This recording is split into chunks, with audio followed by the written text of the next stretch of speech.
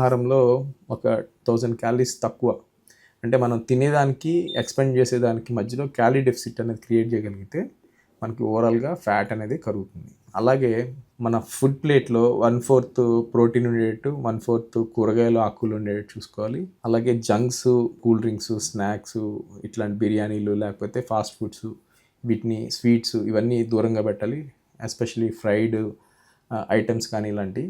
So ఇలాంటి diet కనుక మనం అవాయిడ్ చేసి, ఇన్‌ఫ్లమేటరీ డైట్‌ని అవాయిడ్ చేసి, మనం ఎక్కువ vegetables, fruits, boiled foods, protein ఇలాగా మనం బ్యాలెన్స్ చేసుకుంటా క్యాలరీ డెఫిసిట్ కనుక క్రియేట్ చేయగలిగితే మనకి ఓవరాల్‌గా ఫ్యాటే కాకుండా నడుము సైజ్ అనేది తగ్గుతుంది. సో నడుము సైజ్ తగ్గే కొద్దీ మనకి హెల్త్ బెనిఫిట్స్, హెల్త్ రిస్క్స్ అనేది తగ్గడం స్టార్ట్ అవుతుంది. ఇంకోటి ఎక్సర్సైజ్. అట్లీస్ట్ మనం రోజులో 35-45 మినిట్స్ ఎక్సర్సైజ్ కనుక చేసి, అలాగే 10,000 స్టెప్స్ రఫ్లీ అరౌండ్ 6-8 కిలోమీటర్స్ వాకింగ్ చేయడము, వారంలో 2 రోజులు స్ట్రెంగ్త్ ట్రైనింగ్ చేయడం, అంటే వెయిట్ లిఫ్టింగ్ ఇలాంటివి చేయడం.